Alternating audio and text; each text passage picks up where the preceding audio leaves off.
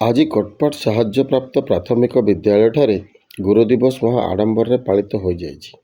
ଆଜି କାର୍ଯ୍ୟକ୍ରମ ପ୍ରାରମ୍ଭରେ ଡକ୍ଟର ସର୍ବପଲ୍ଲୀ ରାଧାକୃଷ୍ଣଙ୍କର ଜନ୍ମଦିନ ଗୁରୁ ଦିବସ ଉପଲକ୍ଷେ ସାରା ଭାରତରେ ପାଳନ କରାଯାଉଥିବା ବେଳେ ଏହି ଅବସରରେ ବିଦ୍ୟାଳୟରେ ମଧ୍ୟ ଡକ୍ଟର ସର୍ବପଲ୍ଲୀ ରାଧାକୃଷ୍ଣଙ୍କର ଫଟୋ ଚିତ୍ରରେ ପୁଷ୍ପମାଲ୍ୟ ଅର୍ପଣ ସହିତ ଧୂପଦାନ ସହିତ ଗୁରୁ ଦିବସ ପାଳନ କରାଯାଇଥିଲା।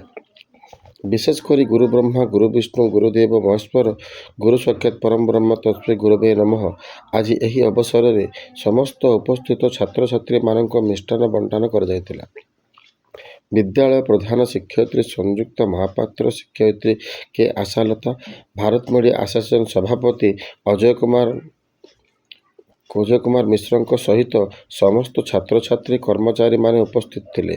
ସୂଚନା ଥାଉକି ଯେ 1938 ମସିହାରେ ଆରମ୍ଭ ଏହି ବିଦ୍ୟାଳୟରେ ଆଜି ବହୁ ସୁନ୍ଦର ବାତାବରଣ ସହିତ ସୁନ୍ଦର ପରିବେଶ ବିଦ୍ୟା ଅଧ୍ୟୟନ କରୁଥିବାକୁ ଦେଖିବାକୁ ମିଳିଛି।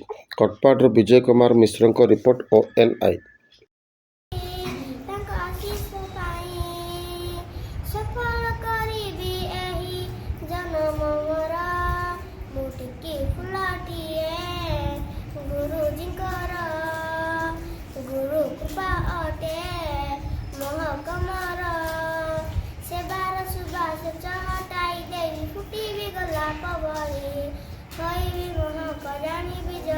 ବାପୁଜୀ ମହର ବାଣୀ ସେବାର ସୁବାସ ଚହଟାଇ ଦେବି ଫୁଟିବି ଗୋଲାପ ଭଳି ହୋଇବି ମୋହକ ଜାଣିବି ଜଗତ ବାପୁଜୀ ମହର ବାଣୀ ହୋଇବି ସଂସାର ଗଢ଼ିବି ସଂସାର ହୋଇବି ସଂସାର ଗଢ଼ିବି ମଣ୍ଡଳ ବିଶ୍ୱଗୁରୁ ହେମ ଭାରତ ମୋର ମୁଡ଼ିକି ଫୁଲଟି